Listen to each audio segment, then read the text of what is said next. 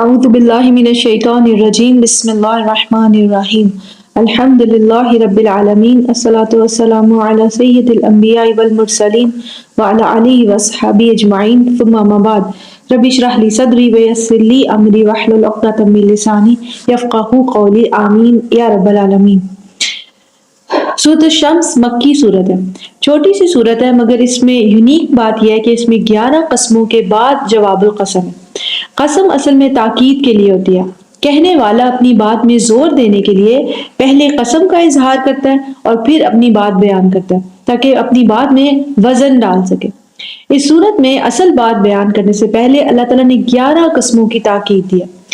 ایک اور بات، اللہ تعالیٰ خالق ہے اور ہم مخلوق صرف اور صرف خالق کی قسم کھاتے ہیں، واللہ باللہ، اللہ کی قسم، لیکن خالق اپنی مخلوقات میں سے جس کی بھی چاہے قسم بیان فرما سکتا ہے، اور اللہ تعالیٰ نے جس بھی مخلوق کو چنا بطور قسم، یہ اس مخلوق کے لیے باعث شرف ہے، باعث تعظیم ہے۔ اس سورت کی پہلی 2 اقسام ہیں، والشمس والضحاہا، قسم ہے سورج کی اور اس کی روشنی کی۔ سورج ایک ستارہ ہے، آسمان پر ان گنت تاروں میں سے ایک تارہ۔ کائنات کی نظر سے دیکھیں تو سورج بہت سے ستاروں میں سے ایک ستارہ ہے۔ کئی ستارے ایسے بھی ہیں جو اس سے کئی گنا بڑے ہیں، مگر زمین پہ کھڑے کسی شخص کے لیے سورج کوئی عام ستارہ نہیں، بلکہ یہ وہ ستارہ ہے جس کے بغیر زمین پر زندگی ممکن ہی نہیں ہے۔ جب کائنات کے خالق نے اپنے کلام کے آغاز میں سورج کی قسم بیان کی، والشمسی، اس قسم میں سورج اور اس کی اہمیت، اس سے ملنے والے فوائد سب شامل ہیں۔ موسموں کا تبدیل ہونا، بارشوں کا نظام، روشنی اور حرارت، زمین پر خوراک کا نظام، سب سورج کی وجہ سے۔ سورج کی موجودگی ہر شے پر اثر ڈالتی ہے، زمین پر کوئی زندگی پاسبل ہی نہیں ہے سورج کے بغیر۔ والشمسی، قسم ہے سورج کی، اور یہ قسم سورج کے نظام کی طرف بھی اشارہ کرتی ہے۔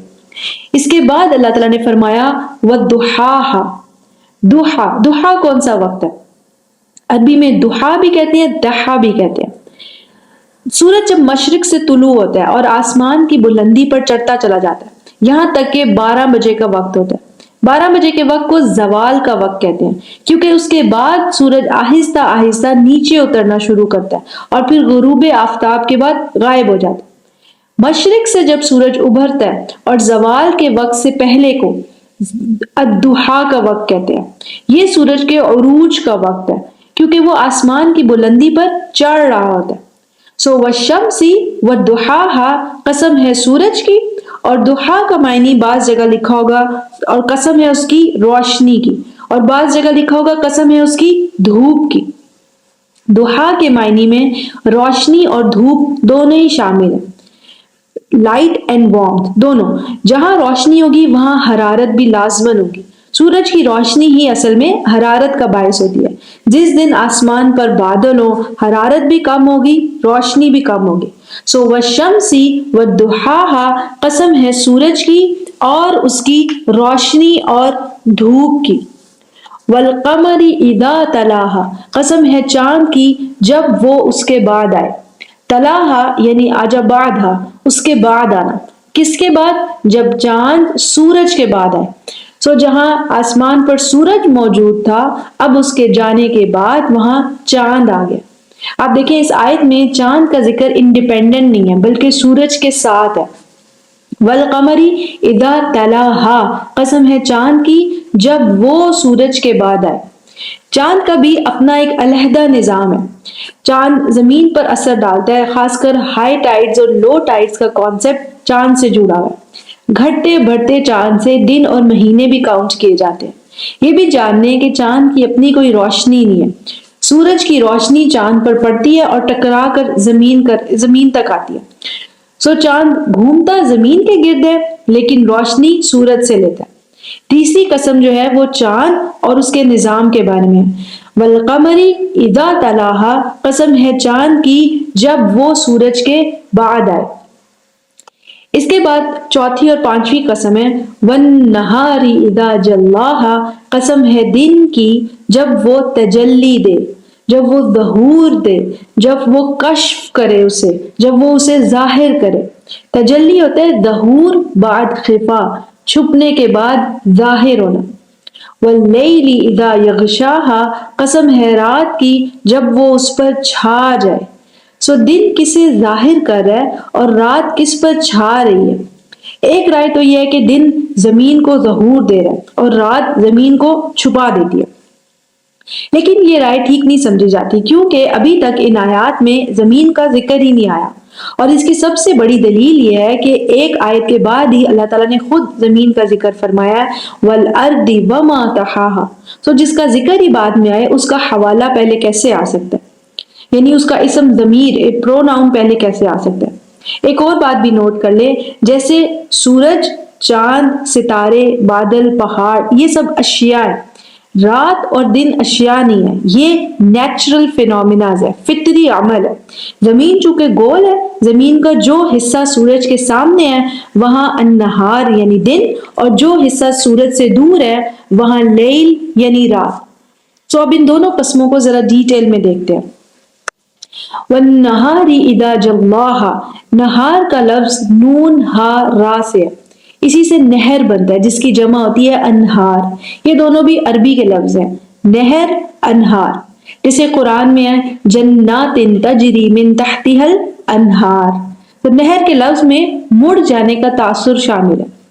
نہر کو نہر کیوں کہا جاتا ہے؟ کیونکہ وہ کبھی بھی سیدھا نہیں بہتی، بلکہ پانی اپنا رستہ بناتا چلا جاتا ہے، ایک طرف سے رکاوٹ ملے تو رستہ بدل کر کسی دوسری طرف سے بہنے لگتا ہے۔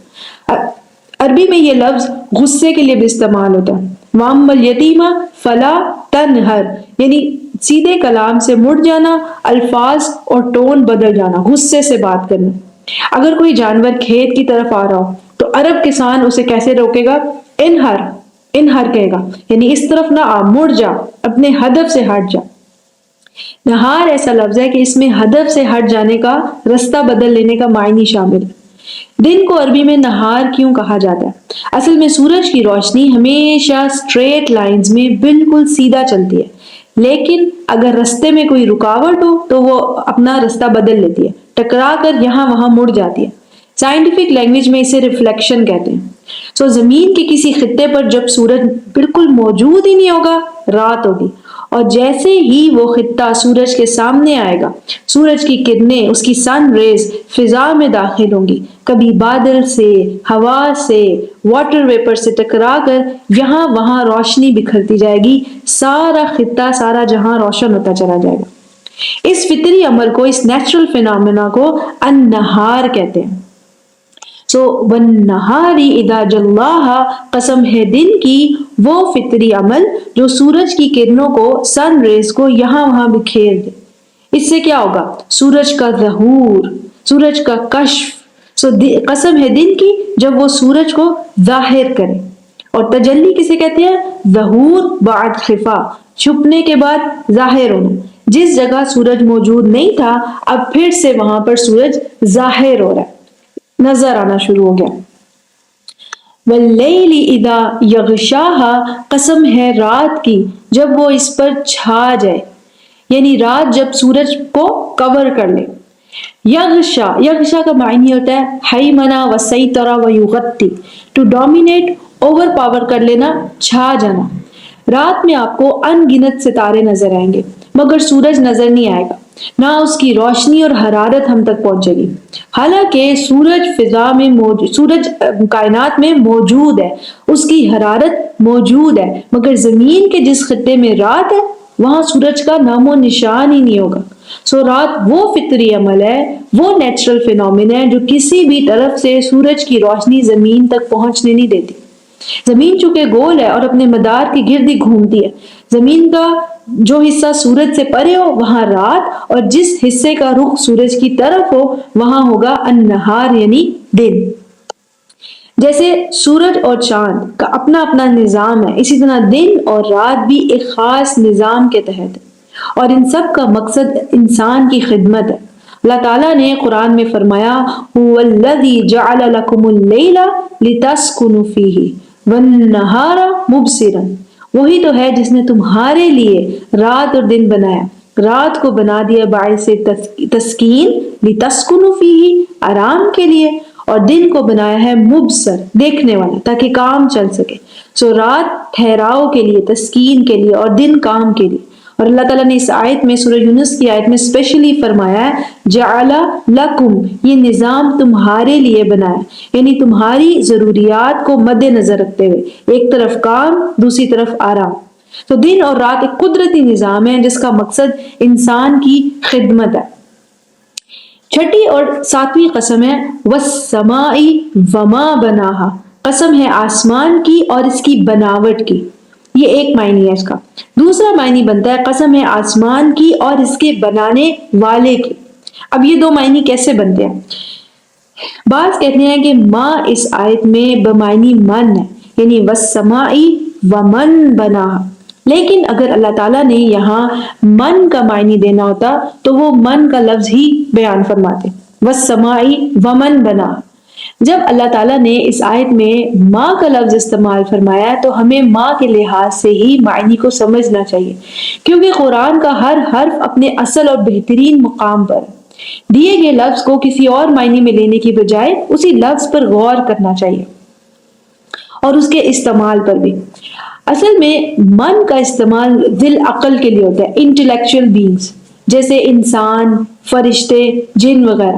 سو اگر ہم کسی سے پوچھیں عربی میں من ہاذا، تو جواب کیا ہوگا؟ اس شخص کا نام، جیسے ہاذا احمد، یہ احمد ہے، ہاذا جمیل. من ہوا، وہ کون ہے؟ ہوا بلال، وہ بلال ہے، اس طرح سے. لیکن کسی شے کے بارے میں، کسی چیز کے بارے میں دریافت کرتے ہوئے من استعمال نہیں کر سکتے. ہم کہیں گے ما ہاذا. ما ہاذا کا معنی ہو سکتا ہے ہاذا مدرسہ، ہاذا قلم، ہاذا مسجد. تو ماں کا استعمال غیر عاقل کے بارے میں ہوتا ہے اور من کا استعمال عقلاء کے لیے. ماں کا دوسرا استعمال ہے کہ ماں صفات کو، خوبیوں کو بتانے کے لیے استعمال ہوتا ہے. اگر کسی انسان کے بارے میں آپ کہتے ہیں ما ہاذا، تو جواب اس کا نام نہیں ہوگا بلکہ اس کی خوبی، جیسے اس کا پروفیشن ہو سکتا ہے. سو من ہاذا، ہاذا احمد، یہ احمد ہے. لیکن اگر آپ احمد کی طرف اشارہ کر کے کہیں ما ہاذا، تو جواب ہو سکتا ہے ہاذا استاذ، وہ ٹیچر ہے، ہاذا دکتور، ہی از اے ڈاکٹر، ہاذا تاجر، وہ تاجر ہے، اس طرح سے. تو تیسری چیز جو ماں کے لیے ہے وہ ماں تعظیم کے لیے بھی عربی میں استعمال ہوتے ہیں، کسی شے کی عظمت کے اظہار کے لیے، جیسے سورۃ البلد میں تھا ووالد وما ولد. اسی طرح سے وما ادراک ما یوم الدین. سو من کی بجائے ماں کا استعمال اس آیت کو زیادہ وسعت اور زیادہ حسن دے رہا ہے. والسماء وما بناہا، قسم ہے آسمان کی اور قسم ہے اس کے بنانے والے کی صفات کی، یعنی کیا ہی عظیم خالق ہے، کیا عظیم اس کی حکمت ہے جس نے آسمان کو بنایا، اس کا نظام بنایا، کیا عظیم اس کا علم ہے. دوسرا معنی جو بنتا ہے وہ ہے والسماء وما بناہا، یعنی والسماء وبنائہا، قسم ہے آسمان کی اور اس کی بناوٹ کی. زیادہ مشہور معنی پہلے والا یہ کہ قسم ہے آسمان کی اور قسم ہے اس کو بناوٹ دینے والے کی صفات کی، کیا ہی عظیم خالق ہے اور کیا ہی عظیم اس کی قدرت ہے. اچھا، بنا کا معنی ہوتا ہے بنا الشیء بدم بعدہ الی بعد، کسی شے کے حصوں کو آپس میں انٹرٹوائن کر کے بنانا. اسی لیے یہ لفظ دیوار کے لیے بھی قرآن میں استعمال ہوا ہے، کأنہم بنیان مرصوص، یعنی مومنین ایسے آپس میں ایک دوسرے کو سپورٹ کر رہے ہوتے ہیں جیسے وہ کوئی سیسا پلائی دیوار ہو، کیونکہ دیوار کے بلاکس بھی ایک دوسرے کو جوڑ کر بنائے جاتے ہیں. اسی طرح آسمان پر جو ہمیں ستارے نظر آتے ہیں سب رہتے اپنے اپنے مدار میں، لیکن گریوٹی کے مضبوط نظام سے ایک دوسرے سے جڑے بھی ہوتے ہیں. تو کیا ہی زبردست نظام ہے آسمان کا، جہاں ہر شے اپنے اپنے مدار میں رہتی ہے، آپس میں ٹکراتی نہیں ہے، مگر کشش ثقل یعنی گریوٹی کی وجہ سے ایک دوسرے پر ڈیپینڈ بھی کرتی ہے. والارض وما طحاہا، قسم ہے زمین کی اور کیا ہی زبردست خالق ہے، کیا ہی زبردست اس کی قدرت اور حکمت ہے جس نے زمین کو بچھا دیا. دوسرا معنی یہ بنتا ہے والارض وتحویہا، قسم ہے زمین کی اور اس کے بچھائے جانے کی. دونوں معنی میں اللہ تعالیٰ کی صفات کی طرف اشارہ ہے. طحاہا کا معنی لکھا ہوگا بچھا ہوا، سپریڈ. اسی طرح قرآن کا ایک اور لفظ بھی ہے دحا، تہا اور دہا یہ دونوں عربی کے لفظ ہیں، قرآن میں صرف ایک بار آیا۔ دہا کا لفظ سورۃ النازعات میں اور تہا کا لفظ سورۃ الشمس میں، ان دونوں کو مترادف کہا جاتا ہے، یعنی سیم میننگ کے الفاظ۔ مگر عربی میں جب بھی الفاظ ہوں گے ان میں مترادف الفاظ ہوں گے ان میں اشتراک جزوی ہوگا، اشتراک کامل کبھی نہیں ہوگا، یعنی معنی قریب ہوں گے مگر 100% معنی کبھی بھی سیم نہیں ہوں گے۔ دہا کا لفظ بنتا ہے دال ہا الف اور تہا کا لفظ بنتا ہے توا ہا الف۔ دہا لفظ کے بارے میں ابو حیان اپنی کتاب تفسیر میں لکھتے ہیں، دہا یعنی بسطہا و مہدہا للسکنی، پھیلا دینا، بچھا دینا، فیسیلیٹیٹ کر دینا تاکہ اس پر رہائش اختیار کی جا سکے، سکونت اختیار کی جا سکے۔ ساتھ ہی انہوں نے اپنی تفسیر کتاب میں یہ بھی لکھا کہ اسی لیے سورۃ النازعات میں اس لفظ کے بعد آیات میں اللہ تعالیٰ نے ذکر کیا ہے وَالْأَرْضَ بَعْدَ ذَلِكَ دَحَاهَا فَأَخْرَجَ مِنْهَا مَاءَهَا وَمَرْعَاهَا وَالْجِبَالَ أَرْسَاهَا مَتَاعًا لَكُمْ وَلِأَنْعَامِكُمْ، تو پھر اسی زمین سے اس کا پانی نکالا، اس کا چارہ نکالا، پہاڑوں کو راسخ کیا تاکہ زمین ہلتی نہ رہے، یہ سب تمہارے کھانے کے لیے اور تمہارے جانوروں کے کھانے کے لیے۔ سو دہا کا معنی ہوتا ہے پروویژنز میں، فیسیلیٹیشنز میں پھیلاؤ، رہنے بسنے کی آسانیوں میں پھیلاؤ، جبکہ تہا کا معنی بھی پھیلاؤ ہے مگر اس کا معنی ہے انبساط و امتداد من جمیع الاطراف، آگے سے پیچھے سے دائیں بائیں سے ہر ڈائریکشن میں پھیلاؤ، یعنی جس مقام پہ بھی آپ کھڑے ہو زمین آپ کے آگے پیچھے دائیں بائیں ہر ڈائریکشن میں زمین کا پھیلاؤ ہے۔ اس آیت کو زمین کے سفیریکل یعنی گول ہونے کا ثبوت لیا جاتا ہے۔ سو دہا اور تہا دونوں مترادف ہیں، دونوں کا معنی پھیلاؤ ہے۔ دہا ضروریات میں، فیسیلیٹیشنز میں پھیلاؤ، جبکہ تہا طول اور عرض میں پھیلاؤ۔ وَنَفْسٍ وَمَا سَوَّاهَا، قسم ہے نفس کی اور اس کے تسویہ کی، یا پھر اگر ماں کو صفات العقلاء کے معنی میں لیں تو قسم ہے نفس کی اور اس کا تسویہ کرنے والے کی، یعنی کیا ہی زبردست صفات ہیں اس کی جس نے نفس بشر کو تسویہ دیا۔ تسویہ کیا ہے؟ سورۃ الاعلیٰ میں اللہ تعالیٰ نے فرمایا سبح اسم ربک الاعلیٰ الذی خلق فسوی، جس نے تخلیق کیا پھر اس تخلیق کا تسویہ کیا۔ سو پہلے تخلیق کریٹ کرنا، پھر اس میں پرفیکشن، تخلیق میں پرفیکشن کو تسویہ کہتے ہیں۔ ہر مخلوق کو اس کے دنیاوی امور کے مطابق صلاحیات دینا یہ تسویہ۔ مثال کے طور پر اونٹ کا تسویہ کیا ہے؟ اسے ہر وہ جسمانی خوبی عطا کی جو صحرا میں رہنے کے لیے اسے چاہیے۔ ایک پولر بیئر کا تسویہ کیا ہے؟ اسے ہر وہ خوبی عطا کی جو شدید سردی میں سروائیو کرنے کے لیے چاہیے۔ ایسے ہی انسان کا بھی تسویہ ہے، مگر انسان کا کام کیونکہ اس دنیا میں ختم نہیں ہو جاتا، اسے اس دنیا میں رہتے ہوئے ہی آخرت کے لیے بھی تیاری کرنی ہے۔ سو انسان کا تسویہ باقی تمام مخلوقات کی نسبت مختلف اور سب سے زیادہ بہتر ہے، جیسے کہ سورۃ التین میں اللہ تعالیٰ نے فرمایا لَقَدْ خَلَقْنَا الْإِنسَانَ فِي أَحْسَنِ تَقْوِيمٍ، یقیناً ہم نے انسان کو بہترین تخلیق کیا ہے، یعنی سب سے افضل مخلوق بنایا، ہر وہ خوبی دی ہے اسے جو دنیا اور آخرت دونوں کو بہتر بنانے کے لیے چاہیے۔ سورۃ الاعلیٰ میں اللہ تعالیٰ نے فرمایا الذی خلق فسوی، یہ جنرل الفاظ ہے، ہر مخلوق پر اپلائی ہوتے ہیں، ہر مخلوق کی تخلیق اور اس کے تسویہ کا ذکر ہے۔ لیکن یہاں سورۃ الشمس میں تسویہ کا ذکر نفس انسانی کے حساب سے، وَنَفْسٍ وما سواہا، قسم ہے نفس کی اور اس کے تسویہ کی، یعنی کیا ہی زبردست تسویہ ہے اس نفس البشر کا، انسان کو جسمانی، عقلی، روحانی اعتبار سے ہر طرح سے زبردست تسویہ دی تاکہ انسان دنیاوی امور بھی انجام دے اور ساتھ ہی ساتھ آخرت کی تیاری بھی کر سکے۔ فَأَلْهَمَهَا، اور پھر اسے الہام کر دیا، یعنی نفس انسانی کو الہام کر دیا۔ الہام کا لفظ ہم اردو میں بھی استعمال کرتے ہیں کہ جیسے تمہیں الہام ہوا، یہ لفظ اصل میں لہم سے ہے اور اس کا معنی ہوتا ہے نگلنا، ٹو سویلو، اور الہام کا معنی باب افعال سے بنتا ہے نگلوا دینا، کسی کے اندر اتار دینا۔ اصطلاحاً الہام کو کہتے ہیں حدوث علم فی النفس بدون تعلیم ولا تجربہ ولا تفکیر، بغیر کسی ایجوکیشن، تجربے اور سوچ کے، غور و فکر کے کوئی علم آپ کے اندر ہونا، ایسا علم جو خود بخود آپ کے اندر موجود ہو، وہ الہام ہے۔ فَأَلْهَمَهَا، سو نفس انسان کو شعور دے دیا، ادراک دے دیا، ریئلائزیشن دے دی، اس کے اندر پہچان رکھ دی، کس چیز کی؟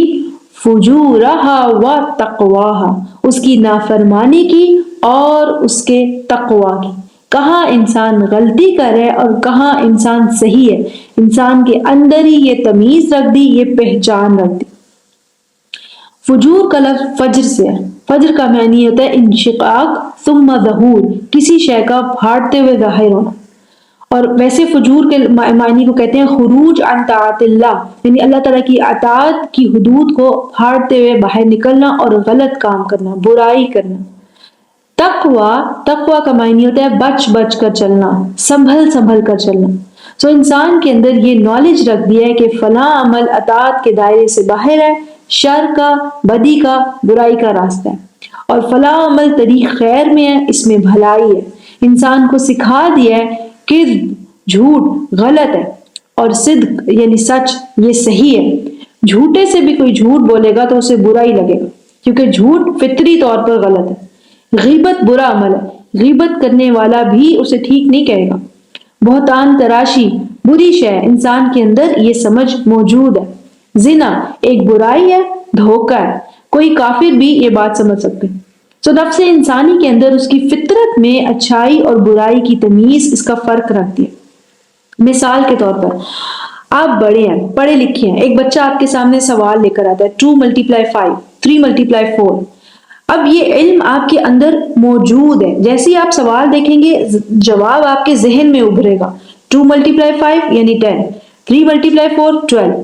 اسی طرح ہر انسان کے اندر چاہے مسلم ہو غیر مسلم، اچھائی اور برائی کا فرق اللہ تعالیٰ نے رکھ دیا۔ اب کوئی بھی سچویشن اس کے سامنے آئے، سچ بولوں یا جھوٹ، جواب انسان کے اندر سے ابھر کر سامنے آ جائے گا، جھوٹ غلط ہے، سچ صحیح ہے۔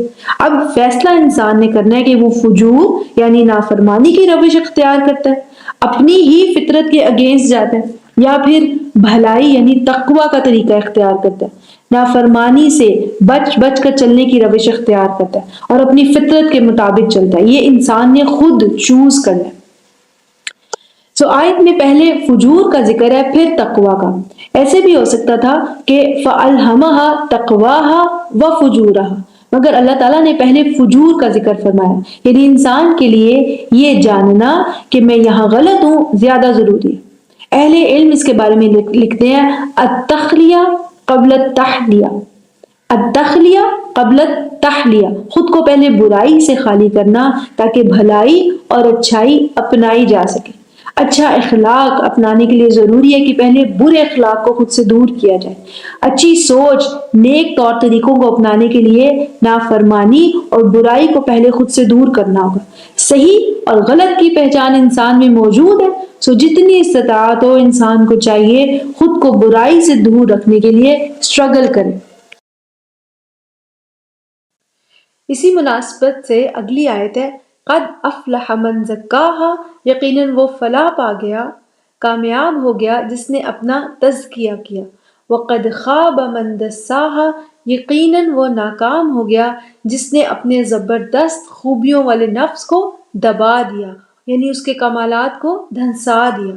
یہ دونوں آیات جواب القسم ہیں، 11 قسموں کے بعد اہم قانون ہے جو آخرت سے ریلیٹڈ ہے، یعنی نفس انسانی کو باکمال بنا دیا، دنیا اور آخرت میں فلاح کے لیے جو کچھ ضروری تھا وہ اسے دے دیا، یعنی اس کا بہترین تسویہ کیا، اس کے ساتھ ساتھ اچھائی اور برائی میں فرق اسے الہام کر دیا۔ اہم قانون یہ ہے کہ آخرت میں یقیناً فلاح اسے ملے گی جس نے اپنے نفس کا تزکیہ کیا، اور آخرت میں ناکام وہ ہوگا جس نے اپنے نفس کو دھنسا دیا۔ تزکیہ کا معنی ہوتا ہے تطہیر، پاک کرنا، پیوریفائی کرنا۔ تزکیہ سے ہی زکوٰۃ کا لفظ ہے، زکوٰۃ ہمارے مال کو پیوریفائی کرتی ہے۔ تزکیہ کو آپ ایسے امیجن کر سکتے ہیں کہ ایک روئی کا ٹکڑا آپ کے پاس، آپ اسے گھاس پر پھیریں، بہت سی سوکھی گھاس، مٹی کے ذرے، کوئی چھوٹا سا پتھر، کوئی ٹوٹا ہوا پتا اس میں دھس جائے گا۔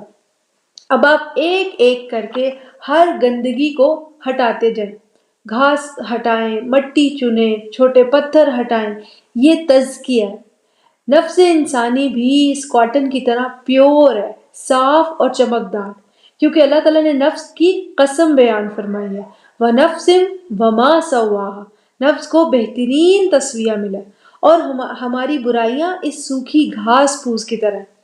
تو اپنی زبان کا تزکیہ کرنا، اپنے اخلاقیات کا تزکیہ کرنا، خود کو برائیوں سے، خامیوں سے دور کرنا، اپنی عبادات کو اللہ تعالیٰ کے لیے خالص کر لینا۔ جو نفس بھی اپنا تزکیہ کرے وہ قیامت میں فلاح یاب ہوگا۔ اس کے مقابل ہے وَقَدْ خَابَ مَنْ دَسَّاهَا، دسا کہتے ہیں دخول الشیء تحت خفاء وسر، کسی شے کو خفیہ طور پر دبا دینا۔ جیسے عرب لوگ کہتے ہیں دسست الشیء فی التراب، میں نے فلاں شے کو مٹی میں خفیہ طور پر دبا دیا۔ قرآن میں بیٹی کی پیدائش پر منہ بنانے والے کے لیے اللہ تعالیٰ نے فرمایا کہ وہ سوچتا ہے اَيُمْسِكُهُ عَلَى هُونٍ أَمْ يَدُسُّهُ فِي التُّرَابِ، کیا اس برائی کو ذلت کے باوجود رکھ لوں یا مٹی میں دباؤں۔ سو دسا کسی شے کو خفیہ خفیہ دبا دینا۔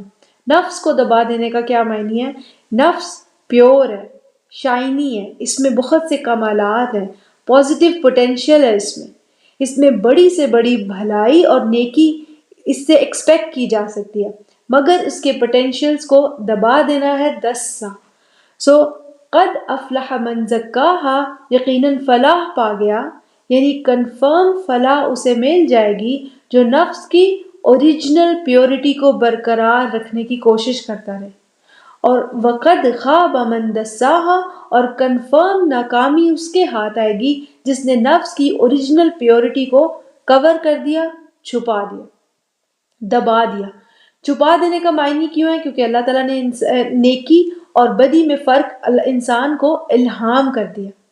سو جو اپنے اندر کی آواز کوئی دبا دے، چھپا دے، اس نے اپنے ہی نفس کو برائی سے کور کر دیا۔ جیسے کوئی خوبصورت بیوٹیفل آرنامنٹ ہو، آپ اس کی ڈسٹنگ کرتے رہیں وہ شائنی رہے گا، آپ اس پہ گرد پڑنے دیں وہ ڈل ہو جائے گا، اس کی شائن چھپ جائے گی۔ سو جنہوں نے دنیا میں اپنے نفس کی ڈسٹنگ کی وہ آخرت میں شائنی ہوں گے، ان کی فلاح پکی ہے۔ اور وقد خواب من دساہا اس کا برعکس ہے۔ اب بات آتی ہے کہ قسم اور جواب القسم کا تعلق کیا بنتا ہے۔ سب سے پہلی قسم ہے والشمس وضحاہا، قسم ہے سورج کی اور اس کی ضحا یعنی اس کی روشنی اور دھوپ کی قسم۔ اس کے بعد ہے والقمر اذا تلاہا، قسم ہے چاند کی جب وہ سورج کے بعد آئے۔ سو آسمان پہ جہاں ضحا کے وقت سورج تھا اب وہاں چاند ہے۔ سورج کہاں گیا؟ زمین چونکہ گول ہے، جیسے اس سورت کی بھی آیت ہے والارض وما طحاہا، زمین چونکہ گول ہے، اپنے ہی مدار میں گھومتی رہتی ہے، اسی لیے سورج جس طرف پہلے موجود تھا وہاں اگر چاند آ گیا تو سورج زمین کی دوسری طرف ہے، جس طرف سورج ہوگا وہاں کیا ہوگا؟ دن۔ والنہار اذا جلاہا، قسم ہے دن کی جب وہ سورج کو تجلی دے، اسے ظاہر کرے۔ واللیل اذا یغشاہا، قسم ہے رات کی جب وہ اس پر چھا جائے، یعنی سورج رات کے وقت موجود ہے، اس کی روشنی اور حرارت بھی موجود ہے لیکن نظر نہیں آتا۔ آج سائنس بھی اس بات کو ثابت کرتی ہے کہ دن رات کا نظام ایسے ہی چل رہا ہے۔ پہلی 5 قسمیں یہاں پر ختم ہوئی، اور اگر آپ نوٹ کریں یہ 5 قسمیں سورج سے تعلق رکھتی ہیں۔ قسم ہے سورج کی اور اس کی روشنی اور دھوپ کی، قسم ہے چاند کی جب وہ سورج کے بعد آئے، قسم ہے دن کی جب وہ سورج کو ظاہر کرے، اور قسم ہے رات کی جب وہ سورج کو چھپا دے۔ سو یہ 5 قسمیں سورج اور اس کے نظام کے بارے میں۔ اس کے بعد اگلی قسم ہے والسماء وما بناہا، قسم ہے آسمان کی اور اس کی بناوٹ کی، یا پھر اس کے بنانے والے کی عظمت کی، اس کی عظیم صفات کی۔ یہ قسم آسمان اور اس کے نظام کے بارے میں۔ والارض وما طحاہا، قسم ہے زمین کی اور اس کی تحو یعنی پھیلاؤ کی، اور تحو کا معنی کیا ہوتا ہے؟ ہر ڈائریکشن میں پھیلا دینا، یہ قسم ثابت کرتی ہے کہ زمین کیا ہے؟ گول ہے۔ ساتھ ہی یہ قسم زمین اور اس کے نظام کی طرف اشارہ دیتی ہے۔ وَنَفْسٍ وَمَا سَوَّاهَا، قسم ہے نفس کی اور اس کے تسویہ کی۔ یا کیا ہی زبردست صفات کا مالک ہے وہ خالق جس نے نفس کو بہترین تسویہ دیا۔ اس کے ساتھ ہی اللہ تعالیٰ نے فرمایا فَأَلْهَمَهَا فُجُورَهَا وَتَقْوَاهَا۔ یہ دونوں آیات نفس انسانی اور اس کے نظام کے بارے میں، کیسے نفس البشر کو تسویہ دیا گیا، اور اس پر مزید یہ کہ اسے صحیح اور غلط کے درمیان فرق بھی الہام کر دیا گیا۔ سو پہلی 5 قسمیں سورج اور اس کے نظام کے بارے میں، اس کے بعد آسمان اور اس کے نظام کی طرف اشارہ، پھر زمین اور اس کے نظام، اور پھر نفس انسانی اور اس کے نظام کی طرف اشارہ۔ شمس، آسمان اور زمین، یہ تمام نظام انسان کے باہر کے نظام ہیں، جبکہ نفس البشر کا نظام انسان کے اندر کا نظام ہے۔ سو انسان اندر اور باہر ہر طرف سے اللہ تعالیٰ کی قدرت کے نظاروں سے لپٹا ہوا۔ یہ تمام نظام انسان کو فائدہ بھی دیتے ہیں، اس کی ضروریات پوری کرتے ہیں۔ سورج، چاند، دن، رات، آسمان، زمین، یہ سب انسان کو بیرونی فائدے دے رہے ہیں، ساتھ ہی خالق کی قدرت اور طاقت، اس کی حکمت بھی سمجھا رہے ہیں۔ نفس کا نظام انسان کے اندر کا نظام ہے، جو اسے اندر سے صحیح اور غلط کے درمیان، جائز اور ناجائز کے درمیان ادراک دے رہا ہے۔ یہ سب کس لیے؟ تاکہ انسان دنیا میں بھی فائدے حاصل کرے اور ساتھ ہی آخرت کی تیاری بھی کرے، انسان کی دنیاوی ضروریات بھی پوری ہوں اور اپنے رب کے کمالات بھی سمجھ میں آ جائے، ان پر بھی یقین آ جائے۔ سورۃ الجاثیہ میں اللہ تعالیٰ نے فرمایا سخر لکم ما فی السماوات وما فی الارض جمیعا منہ، جو کچھ بھی آسمان میں، زمین میں ہے، سب کا سب تمہارے لیے مسخر کر دیا ہے، مطیع کر دیا، تمہارے تابع کر دیا، تاکہ انسان کی ضروریات بھی پوری ہوں اور خالق کا ادراک بھی ہو سکے۔ دنیا کی ضروریات اور آخرت کی جواب دہی کے لیے یہ تمام کا تمام نظام اللہ تعالیٰ نے ہمارے مطابق بنا کر رکھا۔ جب یہ ضرورت ختم ہو جائے گی، یہ نظام بھی ویسا نہیں رہے گا۔ قرآن میں سورہ ابراہیم میں اللہ تعالیٰ نے فرمایا یوم تبدل الارض غیر الارض والسماوات، وہ دن جب زمین اور آسمان بدل دیے جائیں گے، آج کے جیسے نہیں رہیں گے۔ جو آج کا نظام ہے وہ آج کی ضروریات کے مطابق، اس دنیا کی ضروریات کے مطابق ہے۔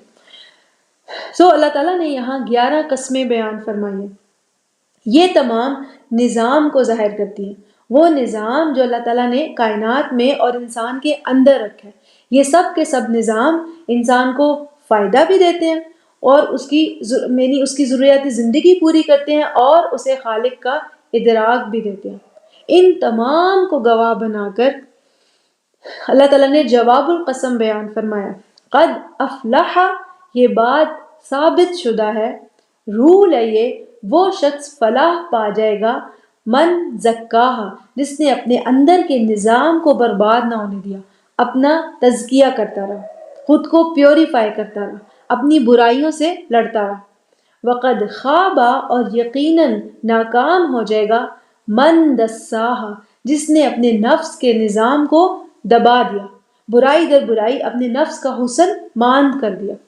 قسم تاکید کے لیے ہوتی ہے، یہاں اس صورت میں 11 قسموں کی تاکید ہے، مگر جواب القسم میں پھر سے قد سے تاکید دی گئی ہے۔ قد بھی یقیناً کے معنی میں ہوتا ہے۔ اس پر مزید یہ کہ قد کو ریپیٹ بھی کیا گیا، یہ بھی ہو سکتا تھا قد افلح من زکاہا و خواب من دساہا، مگر اللہ تعالیٰ نے یہاں تاکید کی انتہا فرمائی ہے، قد افلح من زکاہا و قد خواب من دساہا۔ یہ 11 اقسام آج کے نظام کو اور اس دنیا کے مضبوط نظام کو گواہ بنا کر آخرت کے قانون پر زور دے رہی ہیں۔ وہ قانون ہے قانون فلاح و قانون خیبہ، rule of success and rule of failure at آخرہ۔ اس کے بعد قسم اور جواب القسم کے بعد اللہ تعالیٰ نے فرمایا کذبت ثمود بطغواہا، قوم ثمود کا تذکرہ شروع ہو گیا۔ قوم ثمود کے تذکرے سے تعلق کیا بنتا ہے؟ بعض کہتے ہیں کہ کذبت ثمود بطغواہا، یہ آیت جواب القسم ہے، لیکن ایسا نہیں ہے۔ اصل میں یہ آیت مثال ہے جواب القسم کی۔ جواب القسم دو ہیں، قد افلح اور قد خواب۔ فلاح کی مثال دینے کی ضرورت نہیں ہے، کیونکہ انسان فلاح کی طرف جا رہا ہے، اس کا ادراک، اس کی پہچان انسان کے اندر موجود ہے۔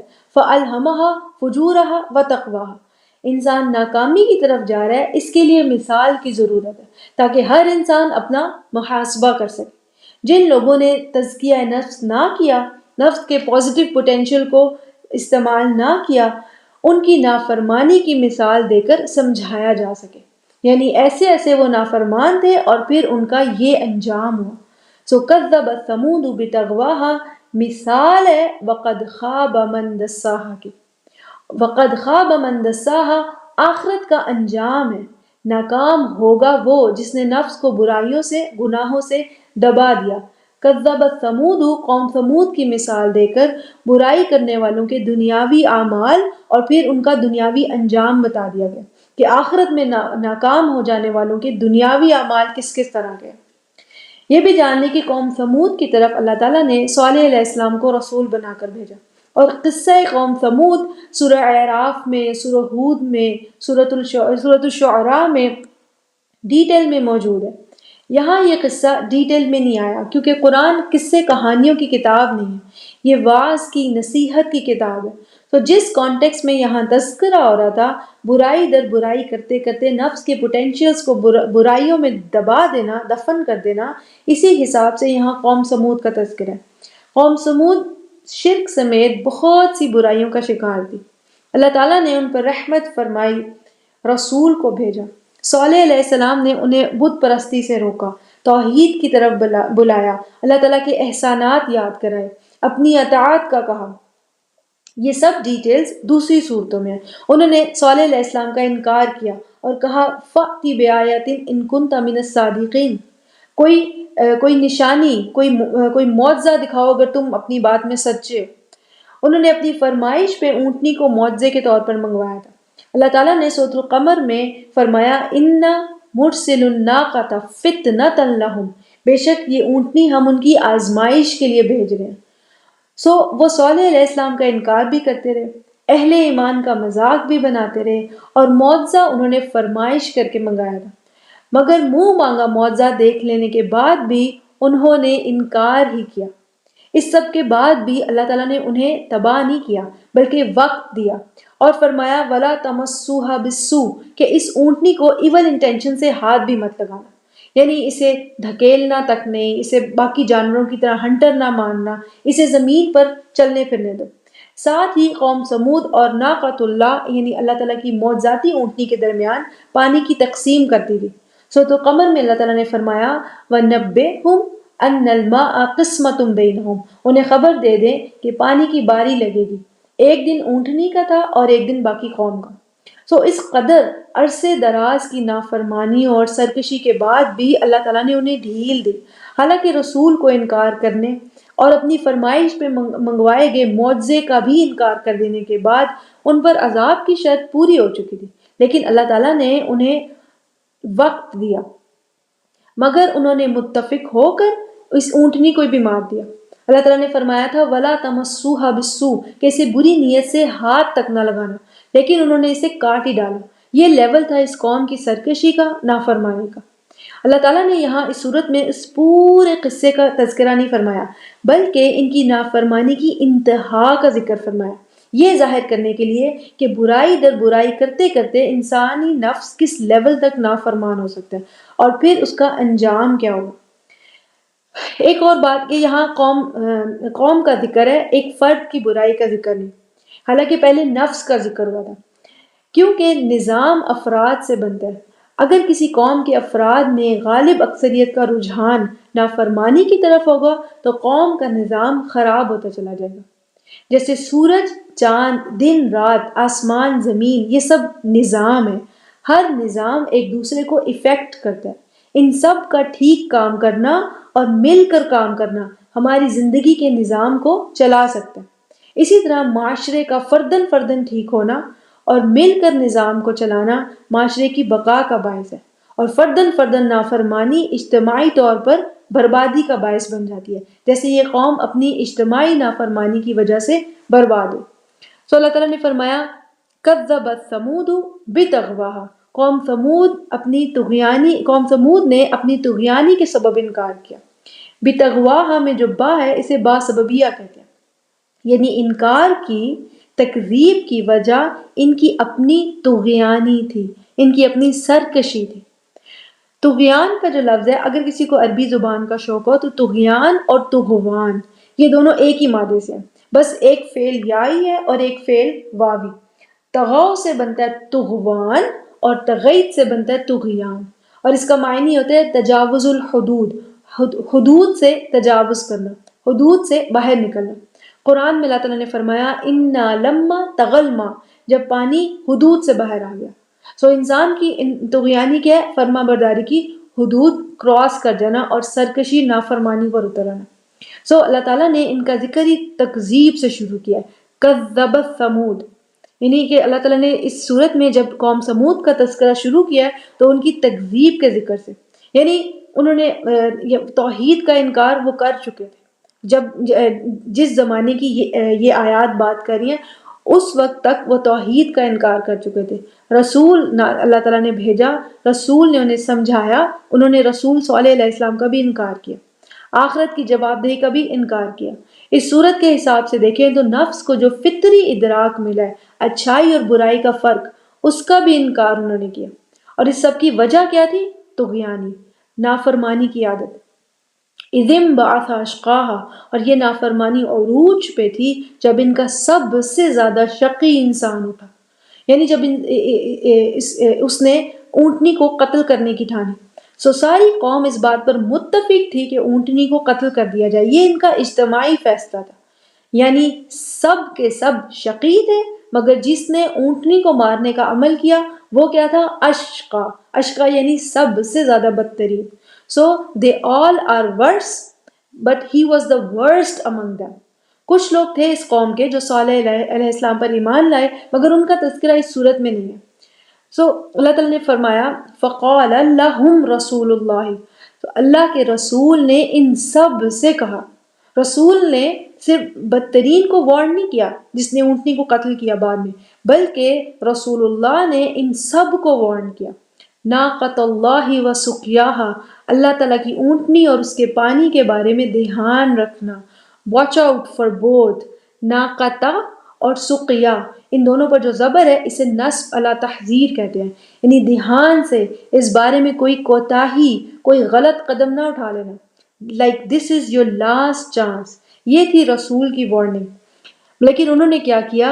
فَكَذَّبُوهُ، انہوں نے رسول کی بات کو رد کر دیا۔ جس اونٹنی کے بارے میں حکم تھا کہ اسے بری نیت سے ہاتھ تک نہ لگانا اور اس کے پانی کے دن کو چیٹ نہ کرنا، انہوں نے دونوں احکام کا یہ حل نکالا، فَعَقَرُوهَا، انہوں نے اس اونٹنی کو ہی مار ڈالا۔ سو اپنے عمل سے انہوں نے خود ثابت کیا کہ وہ نافرمانی کی ہر حد کراس کرتے رہیں گے، اللہ تعالیٰ کی فرما برداری کا کوئی ارادہ نہیں ان کا۔ فَكَذَّبُوهُ، ان سب نے رسول کی وارننگ کا انکار کیا۔ فَعَقَرُوهَا، ان سب نے اونٹنی کو مار دیا۔ اصل میں مارا تو کچھ ہی لوگوں نے، مگر قوم ثمود کے تمام منکرین اس بات پر متفق تھے کہ اونٹنی کو مار دیا جائے۔ اس نافرمانی پہ سب کے سب راضی تھے۔ سو آپ دیکھیں مسلسل نافرمانیوں سے اس قوم نے خود ثابت کیا کہ وہ بقا کے قابل نہیں ہے۔ قوم ثمود کا نظام اس قدر خراب ہو چکا ہے کہ اب یہ بقا کے قابل نہیں رہے، جیسے سورج، چاند، دن رات، آسمان، زمین، یہ سب کے سب نظام اللہ تعالیٰ کی فرما برداری سے چل رہے ہیں اور خیر کا سبب ہے۔ اس قوم نے خود ثابت کیا کہ ان سے کسی خیر کی اور فرما برداری کی توقع نہیں کی جا سکتی، ان کا تزکیہ نفس کا کوئی ارادہ نہیں ہے۔ فَدَمْدَمَ عَلَيْهِمْ رَبُّهُمْ بِذَنبِهِمْ، پھر ان کے رب نے انہیں ان کے گناہوں کے سبب ختم فرما دیا۔ دم دمہ کا جو لفظ ہے اس میں تکرار ہے، دم دم، الفاظ ریپیٹ ہو رہے ہیں، جیسے زل زل، اس سے زلزلہ بنتا ہے، جیسے سین لام سلسل، اس سے سلسلہ بنتا ہے۔ جن حروف میں تکرار ہوتی ہے عربی میں، ان کے عمل میں بھی تکرار ہوتی ہے، جیسے زلزلہ زمین بار بار ہلتی ہے، پہاڑی سلسلہ ایک پہاڑ، پھر دوسرا، ایک اور پہاڑ، پھر ایک اور پہاڑ، اسے پہاڑی سلسلہ کہتے ہیں۔ اسی طرح دم دم کا معنی ہوتا ہے کسی شے کو ملٹیپل لیئرز میں چھپا دینا، جیسے اینٹوں کی دیوار ہے، پہلے اس پر پلستر کیا، پھر پینٹ کی ایک لیئر، پھر ایک اور لیئر، پھر ایک اور لیئر، حتیٰ کہ اینٹوں والی لک بالکل غائب ہوگی۔ سو فدمدم علیہم ربہم، سو ان کے رب نے انہیں بھرپور طریقے سے ملٹیپل لیئرز میں دبا دیا، بے ذنبہم یعنی بے سبب ذنبہم، ان کے گناہ کی وجہ سے، فسواہا پھر پوری بستی کو برابر کر دیا۔ سو فدمدم علیہم میں جو ہم ہے یہ لوگوں کے لیے، اس بستی کے لوگوں کے لیے، اور سواہا میں جو ہا ہے یہ بستی کی طرف اشارہ کرے، یعنی وہاں کے لوگوں کو ملٹیپل لیئرز میں دبا دیا اور اس بستی کو برابر کر دیا۔ ولا یخاف عقباہا، اس آیت کے بارے میں سب سے زیادہ مشہور اور ہائیلی ایکسیپٹڈ معنی ہے، اور اسے ان کے برے انجام کا خوف نہیں، یعنی اللہ تعالیٰ اپنے فیصلوں میں بے نیاز ہے۔ ایک اور دوسری رائے بھی ہے جو بہت ہی کم بیان کی جاتی ہے۔ عقبہ کو زیادہ تر انجام یا پنشمنٹ کے معنی میں لیا جاتا ہے، مگر عقبہ اصل میں عقب سے ہے، عقب، اس کا معنی کیا ہوتا ہے؟ وراء، پیچھے، بعد میں، بیہائنڈ۔ سو اس طرح معنی بنتا ہے فدمدم علیہم ربہم بذنبہم، تو ان کے رب نے انہیں ہر طرح سے کور کر دیا، فسواہا پھر اس بستی کو برابر کر دیا، ولا یخاف عقباہا یہاں تک کہ اسے کوئی خوف نہ رہا کہ کوئی بچا ہوگا، ایسا کوئی اندیشہ اللہ تعالیٰ نے نہ چھوڑا کہ کوئی ایک بھی بچ گیا ہو، یعنی بطر النظام، کل کے کل نظام قوم سمود کو جڑ سے اکھاڑ دیا، صفحہ ہستی سے مٹا دیا۔ جو لوگ اپنے نفس کی بھلائی کو ملٹیپل برائیوں میں دفن کرتے رہے، اللہ تعالیٰ نے انہیں ملٹیپل لیئرز میں دفن کر دیا۔ سورج، چاند، آسمان، زمین، سب نظام فرما برداری سے چل رہے ہیں، قائم ہے، مگر یہ نظام قوم سمود کو، اس بستی کو اللہ تعالیٰ نے برابر کر دیا۔ اس طرح ولا یخاف عقباہا یعنی کسی کے بچنے کا خوف، یعنی اندیشہ نہ رہا، کوئی چانس نہ رہا کسی کے بچنے کا، سب کے سب ختم ہو گئے۔ یہ والی رائے میرے نزدیک زیادہ بہتر ہے اور کانٹیکس میں بھی زیادہ فٹ ہوتی ہے۔ واللہ عالم، اللہ ہی بہتر جانتے ہیں۔ اللہ تعالیٰ ہمیں توفیق دے کہ ہم اپنے نفس کا تزکیہ کریں اور اس کی حدود کے دائرے میں رہیں۔ بارک اللہ لی و لکم فی القرآن الحکیم ونفعنی وایاکم بآیات و ذکر الحکیم۔ السلام علیکم ورحمۃ اللہ وبرکاتہ۔